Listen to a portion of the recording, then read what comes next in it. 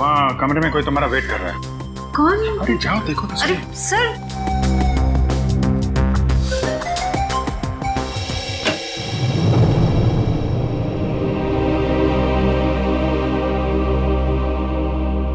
श्रेया, अच्छा किया तुम सिद्धार्थ को अपने साथ यहाँ ले आई। I am very sorry. उस दिन मैंने आपके साथ बहुत बुरा बिहेव किया था।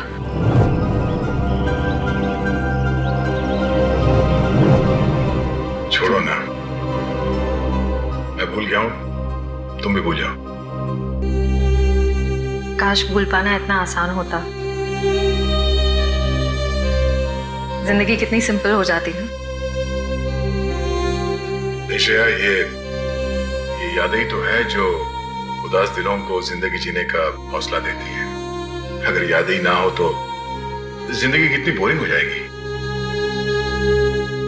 तो क्या तुमने सिद्धार्थ से शादी करने का फैसला कर लिया? मेरा दिल कुछ और कह रहा है, दिमाग कुछ और। मैं जानता हूँ श्रेया, हमारे काम में हम दिल की नहीं दिमाग की सोचते हैं, मगर एक बार सीआईडी ऑफिसर ने एक आम लड़की की तरह सोचो।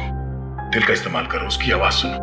मेरे दिल में तो एक ही इंसान का नाम गूंजता रहता है, और वो नाम है श्रेया। सिद्धार्थ। सिद्धार्थ प्लीज, सिद्धार्थ मेरी बात तो सुनो प्लीज। अब सुनने को बाकी क्या रह गया? पूरी हकीकत मैंने अपनी आंखों से देख ली। तुम दया से प्यार करती हो ना?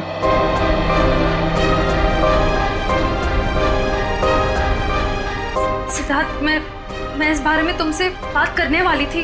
क्यों नहीं? सिद्धार्थ, काम इतना होता है, मौका ही नहीं मिला मुझे। मौका नहीं मिला?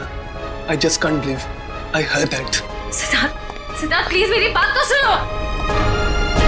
ये इतना आसान नहीं हो के मैं आपको मेरी जगह रखकर तो सोचो, फिर पता चलेगा मैं किस अग्नि परीक्षा से गुजर रही हूँ।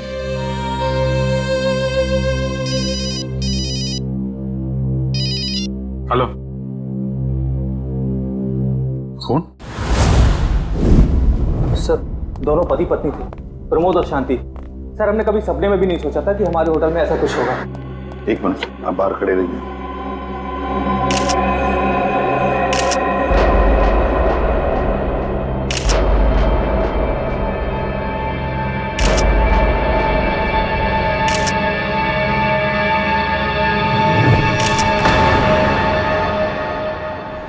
माय गॉड, दोनों की लाशें ऐसी इस अवस्था में।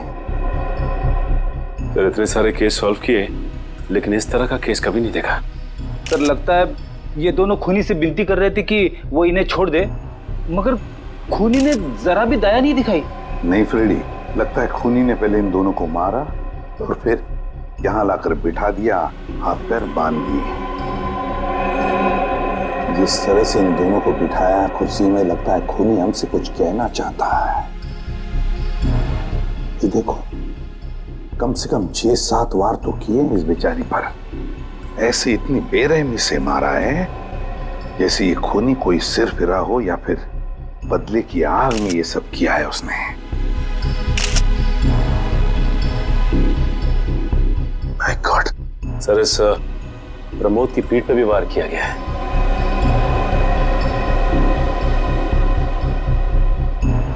क्या हुआ? सर, इसकी सांसें चल रही है, जिंदा ही है। प्रमोद जिंदा है? तुम्हें जल्दी से इसे हॉस्पिटल ले जाओ, इसका जिंदा रहना बहुत जरूरी है। संभाल के, चल। आजा।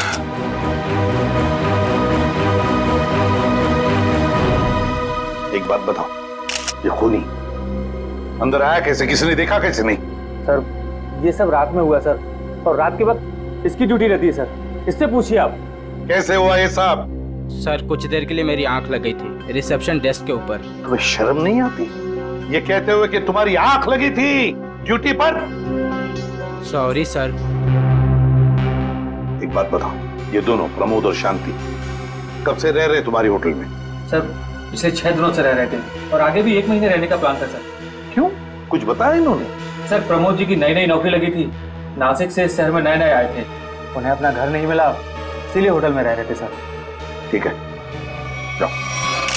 वंश, प्रमोद और शांति, इन दोनों की पूरी जानकारी चाहिए मुझे।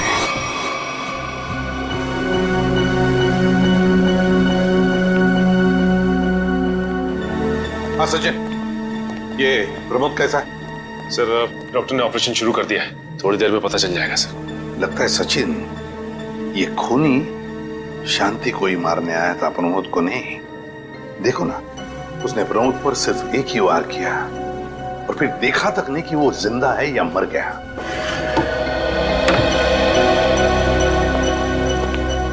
हाँ डॉक्टर साहब, कैसा है प्रमोद? हमने प्रमोद को बचा तो लिया है, मगर मगर मगर क्या?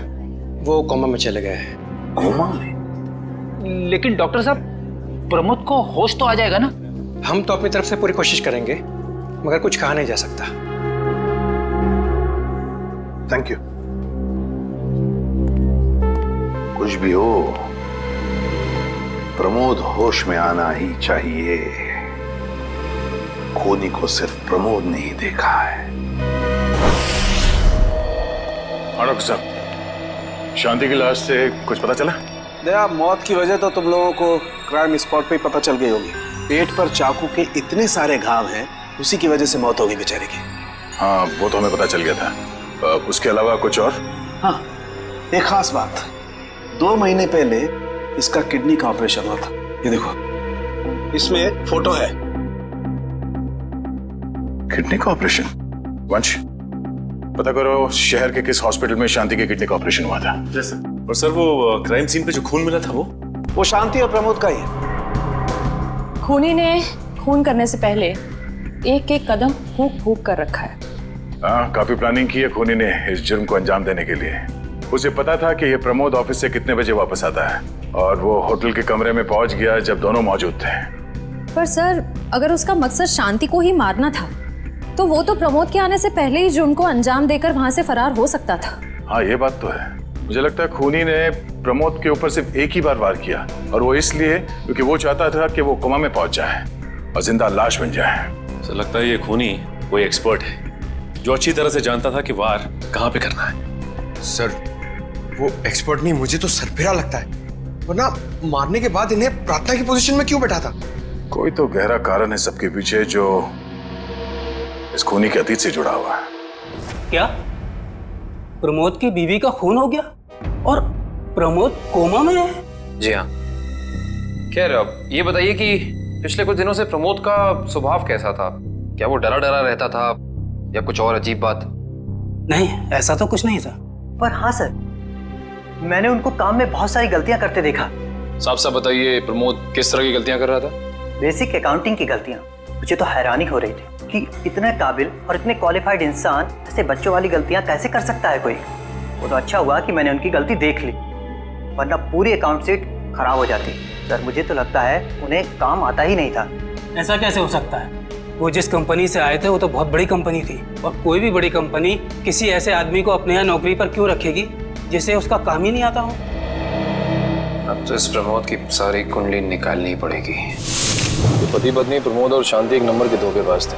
उनके सारे सर्टिफिकेट्स और डॉक्यूमेंट्स नकली हैं, स्कूल और कॉलेज हर जगह के। ऐसी क्या वजह हो सकती है जिस वजह से 420 करके ये उस फाइनेंस कंपनी में काम कर रहा था? इस प्रमोद को वहाँ काम करके क्या फायदा हो सकता है? इस सवाल का जवाब तो उसी वजह से जुड़ा है निखिल, जिसकी वजह से इस प्रमोद की हत्या की गई। पर वजह जो भी हो, उस वजह का पता तो सीआईडी निकाल ही लेगी। लेकिन सर हो सकता है इन दोनों का नाम भी नकली हो सकता है। ऐसा भी हो सकता है कि ये दोनों असली प्रमोद और शांति हो ही ना, बल्कि कोई बहरूपिये हों जिन्होंने उन दोनों की जगह ले ली हो सकता है। एक सेकंड। हेलो, हाँ बोल रहा हूँ। हाँ, कौन सा hospital? Okay, thank you so much. क्या हुआ निखिल? हमारा अंदाजा सही निकला। 2 महीने पहले पुणे की मोती हॉस्पिटल में इस प्रमोद की पत्नी का एक ऑपरेशन हुआ था। वहाँ प्रमोद की पत्नी का नाम शांति नहीं बल्कि विनीता लिखा हुआ है। विनीता? मोती हॉस्पिटल, पुणे।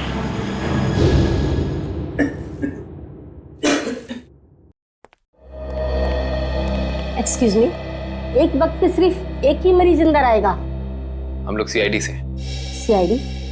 मगर यहाँ मुजरिम कौन है? इसी की तलाश है हमें। एक्चुअली आपके हॉस्पिटल में 2 महीने पहले एक ऑपरेशन हुआ था, उसी के बारे में कुछ जानकारी चाहिए हमें। किसका ऑपरेशन? ये दोनों आपकी हॉस्पिटल में आए थे? ये तो मिसेस विनीता कुमार हैं। हाँ, मिस विनीता कुमार। और ये इनके पति, इनकी मौत हो गई? जी हाँ, विनीता कुमार का खून हो चुका है और उनके पति प्रमोद अब कोमा में है। डॉक्टर ये बताइए कि मिसेस विनीता कुमार ने किडनी का ऑपरेशन कराया था ना? जी हाँ। हम उसके मेडिकल रिपोर्ट्स देख सकते हैं? यहाँ पे तो पति का नाम त्रिलोक कुमार लिखा है। मतलब त्रिलोक बन गया प्रमोद और विनीता बन गई शांति। इस पेपर में उनके घर का एड्रेस लिखा हुआ है। चल के पता करें, शायद कुछ पता चल जाए। नहीं निखिल, कोई फायदा नहीं होगा। इनकी पहचानों की तरह इनका एड्रेस भी नकली होगा, देखना। हाँ, हमने इन्हें ऑपरेशन के कुछ रिपोर्ट्स कोरियर की थी, मगर वो कोरियर वापस आ गए थे। डॉक्टर ये बताइए कि इन्होंने ऑपरेशन का पेमेंट कैश में की थी या चेक से या किसी कार्ड से? इंश्योरेंस के जरिए। इंश्योरेंस? उस इंश्योरेंस कंपनी के कोई कागजात, कोई डॉक्यूमेंट्स हैं आपके पास? हाँ, इसी फाइल में होंगे। गुड।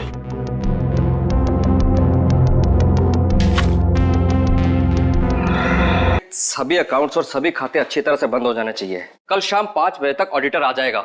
हो जाएगा सर। कभी सपने में भी नहीं सोचा था कि हमारी कंपनी का अंत इतना बुरा होगा। ये किस अंत की बात कर रहे हैं आप लोग? जरा विस्तार से समझाइए। अगर आप अपने पैसे वापस लेने आए हैं तो भूल जाइए, क्योंकि जब तक अदालत अपना फैसला नहीं सुना देती तब तक हम किसी के रुपए वापस नहीं कर पाएंगे। पैसे वापस लेने नहीं, इंसाफ करने आए हैं हम लोग। सीआईडी से हैं। ओह, तो हमारी शिकायत सीआईडी वालों तक भी पहुंच गई है। शिकायत? ऐसा क्या कर दिया आपकी इस कंपनी ने? हमारी कंपनी ने नहीं, उस त्रिलोक ने आसमान की तरफ प्रगति करती हुई हमारी कंपनी के नाम को रातों रात मिट्टी में मिला दिया और हमें दिवालिया कर दिया उसने। त्रिलोक? एक सेकंड, आप इस त्रिलोक की बात तो नहीं कर रहे? हाँ हाँ, यही तो है वो। पर इसे क्या हुआ? किसी ने इसकी जान लेने की कोशिश की है। फिलहाल ये कोमा में। ये तो होना ही था, इतने लोगों को जो धोखा दिया इसने। किस धोखे की बात कर रहे हैं? हमारी कंपनी के क्लाइंट्स को झूठे सपने दिखाकर कहा कि सबके पैसे एक ही महीने में 2 गुना कर दूंगा, पर सबके पैसे बटोरकर 9 तो 11 हो गया वो। और क्लाइंट हमारी कंपनी से पैसे वापस मांग रहे हैं। बैंकक्रप्ट हो गया। इतने सालों से कंपनी की बनी बनाई इज्जत मिट्टी में मिल गई। खोए हुए पैसे और खोई हुई इज्जत तो फिर से कमाई जा सकती है, पर खोई हुई जान तो वापस नहीं आ सकती ना। क्या त्रिलोक ने किसी की जान भी ली है? हाँ, हमारी कंपनी के सीईओ अनुज जी, जो कि सदमे को बर्दाश्त नहीं कर पाए और दिल का दौरा पड़ने से उनकी मौत हो गई। कहीं ये सारा हमला अनुज जी का कोई करीबी तो नहीं कर रहा है? अनुज जी की मौत का बदला लेने के लिए? हो सकता है। अनुज जी के परिवार में कौन कौन है? उनकी पत्नी सुधा, जो कि अभी सदमे में है, और उनका बेटा विक्की। विक्की? इस विक्की का फोन नंबर दीजिए जरा। विक्की के फोन का सिग्नल यहीं आसपास बता रहा है। होगी मैं। अच्छा, अभी भी मागाधे रोड की तरफ मुड़ा है। मागाधे?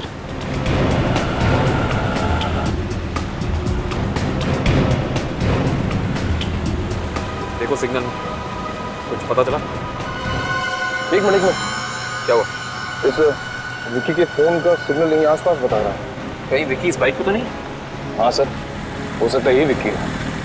चेक करते हैं।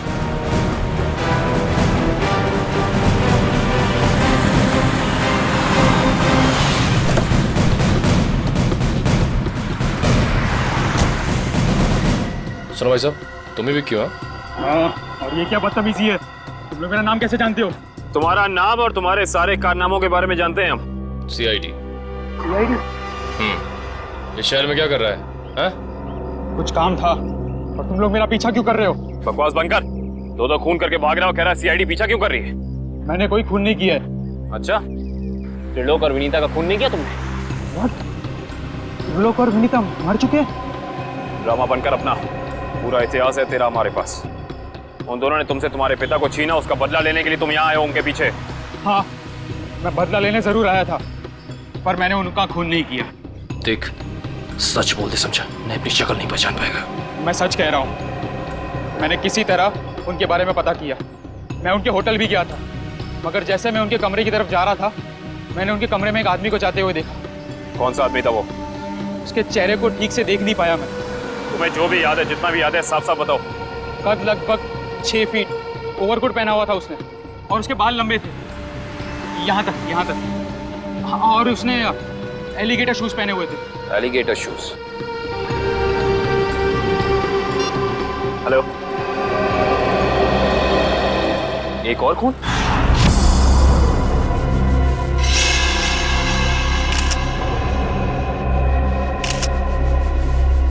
लाश ऐसे अजीब ढंग से क्यों बैठा है? कमाल है सर, पिछले वाले केस में खूनी ने उन दोनों को होटल में चाकू मारकर प्रार्थना वाली पोजीशन में बैठाया था, और इसे गोली मार के इस तरह से। लगता है दोनों का खूनी एक ही है। गोली सीधे माथे के बीचों बीच मारी है। अगर ये सीरियल किलर होता तो इसे भी चाकू से मारता सर, क्योंकि विनीता को उसने चाकू से मारा था, इसे तो गोली मारी। हाँ, मगर लाशों को ऐसे एक ही ढंग से बिठाना क्या दो अलग अलग खूनी करेंगे? मुझे लगता है दोनों का खूनी एक ही है, और जिस वक्त इस तिग्मांशु का खून हुआ लगता है खाना खाने ही वाला था।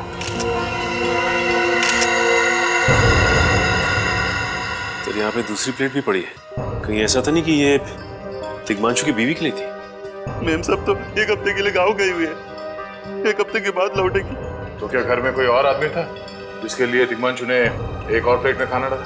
नहीं साहब। अच्छा, जब तुम घर वापस आए उस वक्त ये दरवाजा खुला था या बंद था? नहीं साहब, बंद था। तो फिर तुम घर के अंदर कैसे आए? साहब ने एक चाबी मेरे पास भी दे रखी है। जो कोई भी था, ऐसा लगता है कि तिग्मांशु उस आदमी को जानता था। एक काम करो सचिन, पंकज, घर की अच्छी तरह से तलाशी लो, देखो कुछ मिलता है क्या।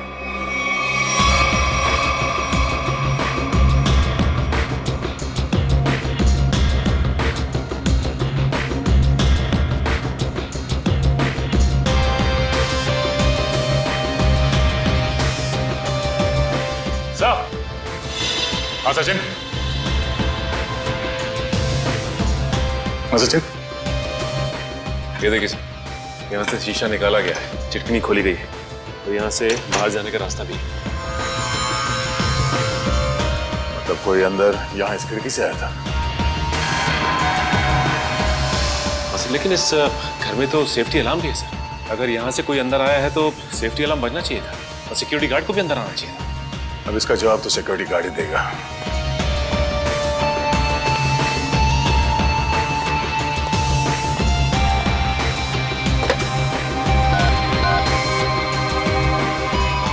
हेलो सिक्योरिटी, अच्छा आज दोपहर को तिग्मांशु जी के घर से अलार्म बजा था, तो फिर आप चेक करने के लिए उनके घर पे क्यों नहीं आए? ओ आई सी, पिछले हफ्ते भी?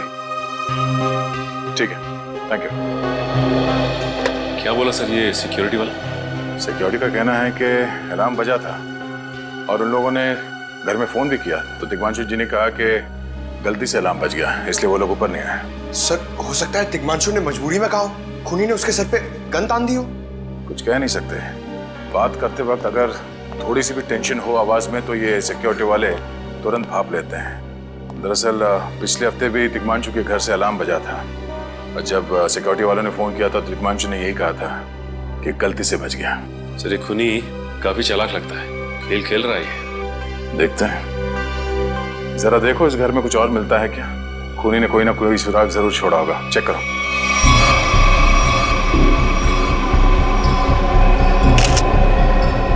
सर एक मिनट सर।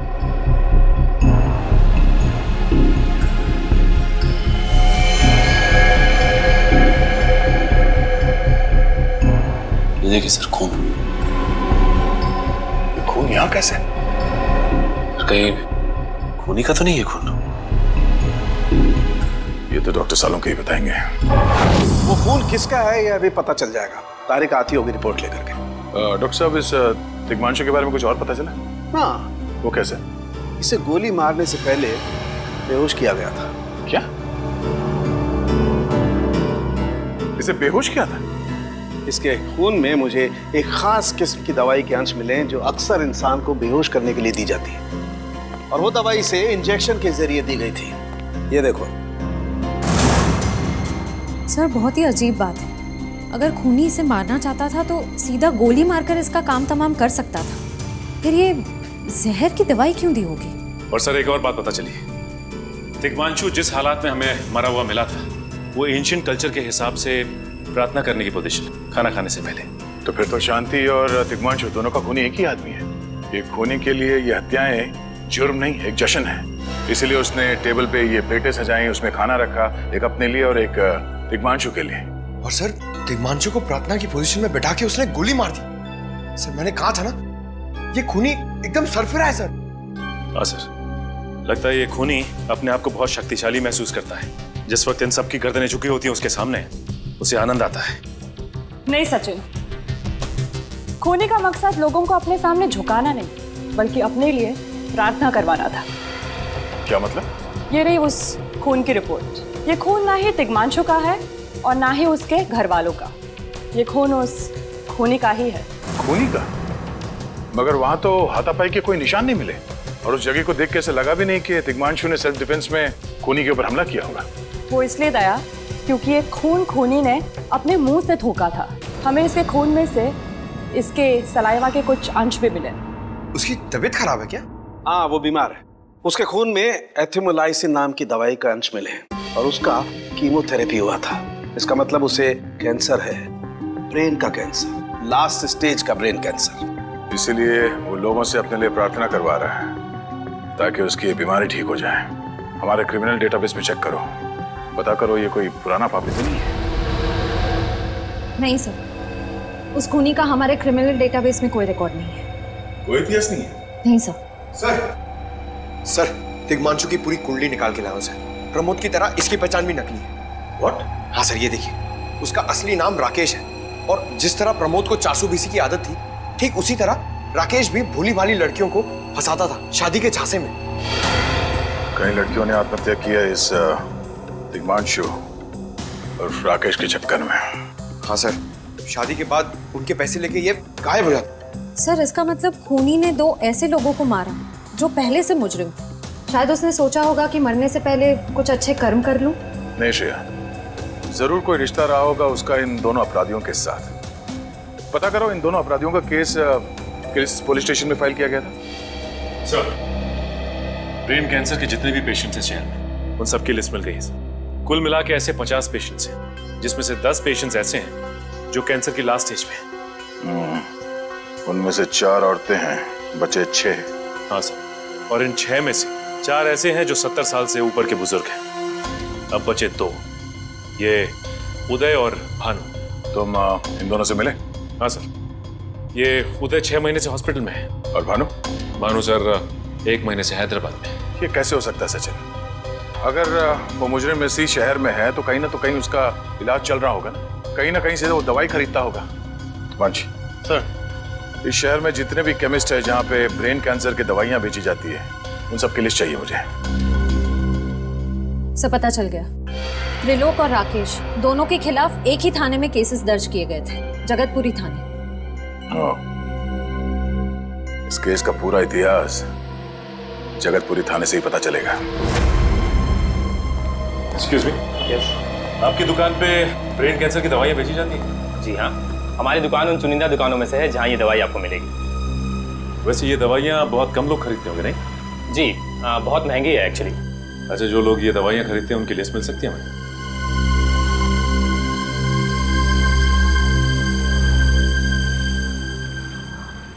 ये रही वो लिस्ट।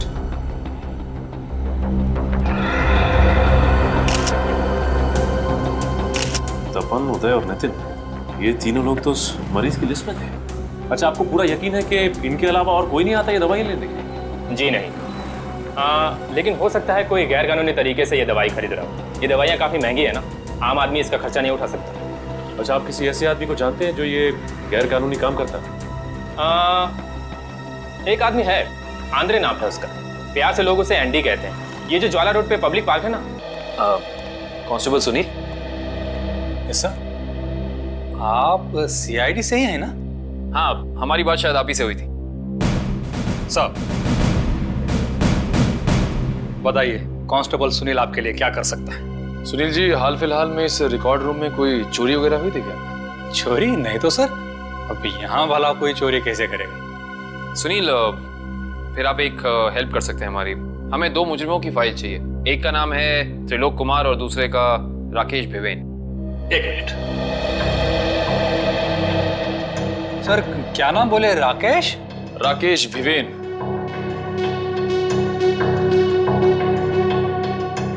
कमाल है, इसकी फाइल तो है नहीं यार। अच्छा, वो दूसरा नाम क्या बोले? त्रिलोक?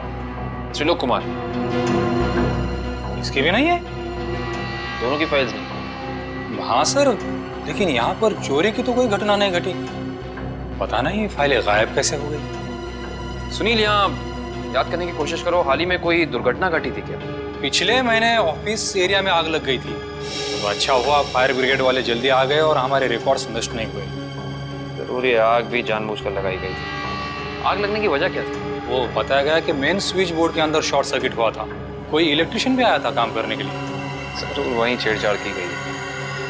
उस इलेक्ट्रिशियन का कोई आता, कोई पता, कोई कॉन्टैक्ट है? दूसरे कांस्टेबल के पास था, लेकिन वो तो रिटायर होकर गांव चले गए। हाँ, कोई बात नहीं। सुनील, एक काम करिए, आप चेक करके बताइए कि और किन किन मुजरिमों की फाइल्स यहाँ से गायब हुई हैं। पता तो चले आखिर अगला शिकार है कौन इस अनोखे खूनी का। ये ले पैसे। अरे ये दवाइयाँ तो असली है ना। अरे अंकल जी, ये जो शक की बीमारी है ना, कैंसर से भी ज्यादा खतरनाक है। अगर आपको यकीन नहीं है कि ये दवाई असली है या नहीं, तो खुद जाकर दुकान से क्यों नहीं खरीद लेते? अरे तुम तो बुरा मान गए, मैं तो बस ऐसे ही पूछ रहा था, मेरा मतलब वो नहीं। जानते हो, इस तरह से दवाइयाँ बेचना और खरीदना दोनों गैर कानूनी है। आखिर तुम्हारा कोई फायदा नहीं है। मैंने सुना था कि सीआईडी बड़े-बड़े केस हैंडल करता है। मैं तो छोटा-मोटा चोर हूँ, जाने दो ना साहब। हाँ मिस्टर छोटे चोर, ये बताओ कि तुम्हारे पास से ये दवाइयाँ खरीदने के लिए कोई ऐसा आदमी आता था जो 6 फीट लंबा था और लंबे लंबे बाल थे उसके, और वो एलिगेटर वाले शूज पहनता था? हाँ, वही जो आगे से नुकीला होता है। हाँ, आया था चिराग। आप लोग चिराग को ढूंढ रहे हो? हाँ। कहाँ मिलेगा ये चिराग? हाँ? चिराग? लगता है चिराग घर पर नहीं है। कमरे अच्छी तरह से चेक करो, देखो कुछ मिलता है क्या। पंकज, कंप्यूटर चेक करो।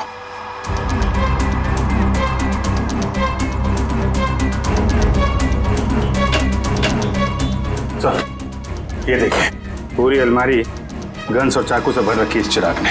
My God. सर, हाँ, अंदर के कमरे में से ये खून से भरे हुए कपड़े मिले। पुलिस रिकॉर्ड रूम से फोन है। देखो। हेलो जी, कहिए।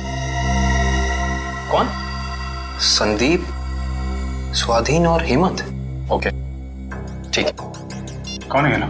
सर, त्रिलोक और तिग्मांशु की तरह इन तीनों की फाइल भी चोरी हुई है पुलिस रिकॉर्ड रूम से।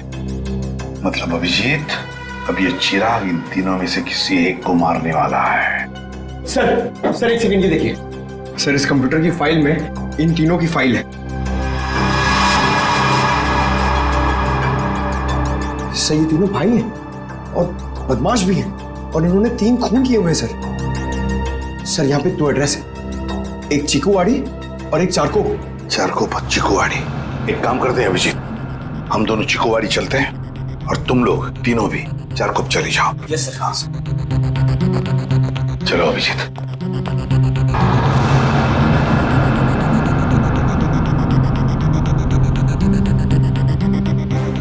क्या हुआ सर?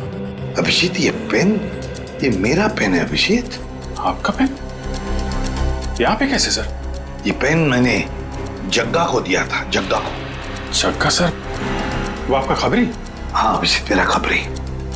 मगर जग्गा तो मर चुका है सर। हाँ अभिजीत, तो मर चुका है, लेकिन जिस खून में तलाशी करने में मदद की थी जग्गा ने हमारी, उस वक्त वो खून भी इसी तरह हो रहे जैसे आज हो रहे हैं। खून करने के बाद लोगों को प्रार्थना की पोजीशन में रखा जाता है। चलते हैं सर। नहीं अभिजीत, क्योंकि अभिजीत जिस तरह से वो खून किए जा रहा है, लगता है मुझे संदेशा भेज रहा है, मुझे मिलना चाहता है अकेले में।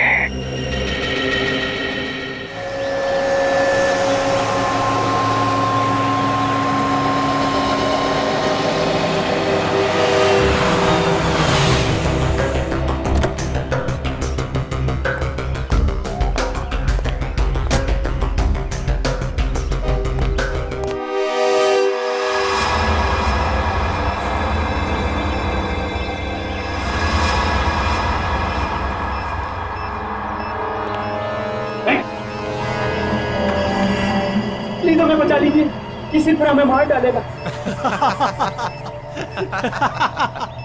घबराओ मत, मैं इसे भी प्रद्युम्न हूं, कुछ नहीं होने दूंगा तुम्हें। इनकी बातों को ज्यादा सीरियसली मत लेना, इन्हें तो झूठे वादे करने की आदत है, और इतनी बड़ी बड़ी बातें करने से पहले एसीपी जरा मेरा इंतजाम तो देख लो। बस रिमोट के इस बटन को दबाना है और ये तीनों हमेशा के लिए बूम धरती से गायब। क्यों कर रहे हो तुम ये? क्या गलत कर रहा हूँ? हाँ बोलो। पर ये तीनों तो वैसे भी कानून से भागे हुए अपराधी है ना, तो इन्हें मारकर क्या गलत कर रहा हूँ मैं? इन्हें सजा देने का हक तुम्हारा नहीं, सिर्फ कानून का हक ही है। बस यही तो प्रॉब्लम है, जब तक तुम कानून में हो कुछ नहीं हो सकता। क्या क्या चाहते हो तुम मुझसे? पहले अपनी ये गन मुझे दो एसीपी, मुझे अपनी गन दो, वरना मैं ये रिमोट दबा दूंगा। एसीपी मैं 3 तक गिनूंगा, 1 2 3। नहीं,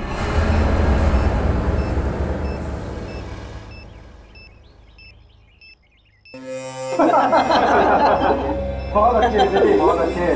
तो तुम जानना चाहते थे ना कि मैं तुमसे नफरत क्यों करता हूँ? जग्गा खबरी का नाम ध्यान है?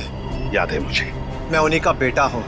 पता चल चुका था मुझे। एसीपी तुमने मेरे पिताजी से वादा किया था ना कि तुम उनका बाल भी बाका नहीं होने दोगे, फिर क्यों नहीं बचा सके उन्हें?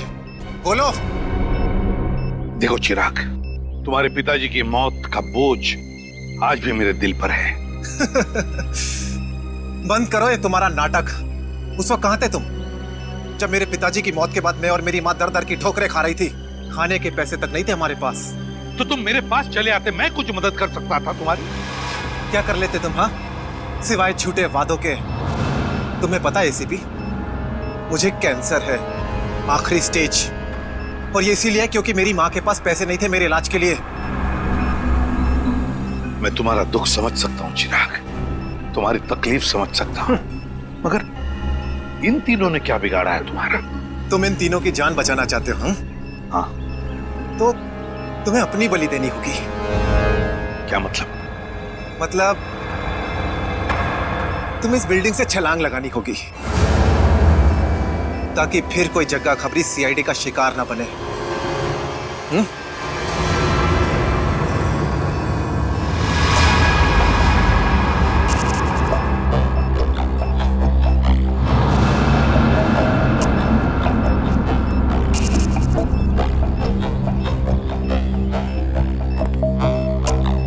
ठीक है, मंजूर है।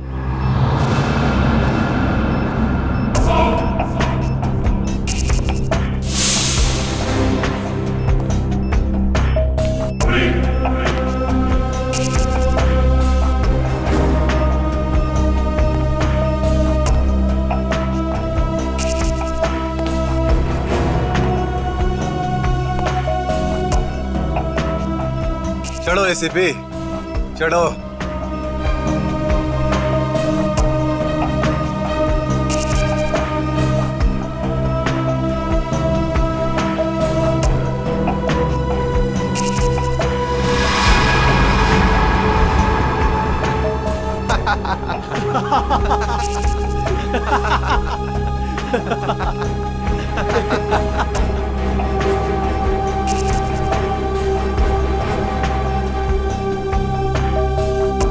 ऊपर जाकर मेरे पिताजी से माफी जरूर मांग लेना।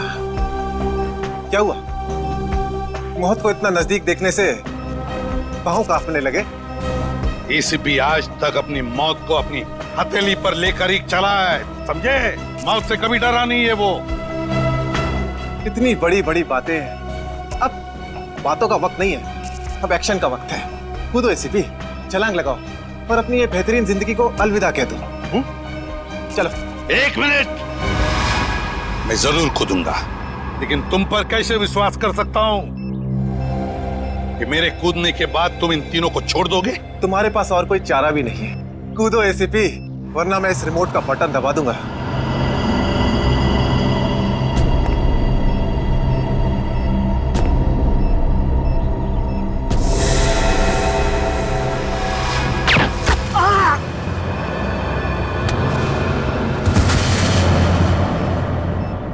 पकड़ो इसको।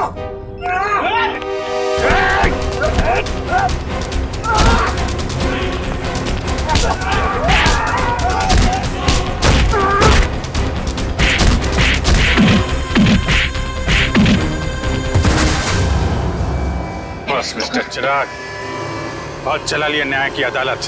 सीआईडी का काम सीआईडी को सौंप दो। रेडी? पंकज, उन तीनों के शरीर से बॉम्ब हटा दो, संभाल के। और तुम मेरे दोस्त, मेरा कबरी जग्गा के बेटे लगते ही नहीं। उस बेचारे ने तो अपनी जान कुर्बान की हमारी मदद करने में, कानून की मदद करने में। मगर तुम, लानत है तुम पर, जैसे घटिया काम करने निकले थे। दो खून किए तुमने। तुम्हें तो शायद फांसी ही होगी, फांसी।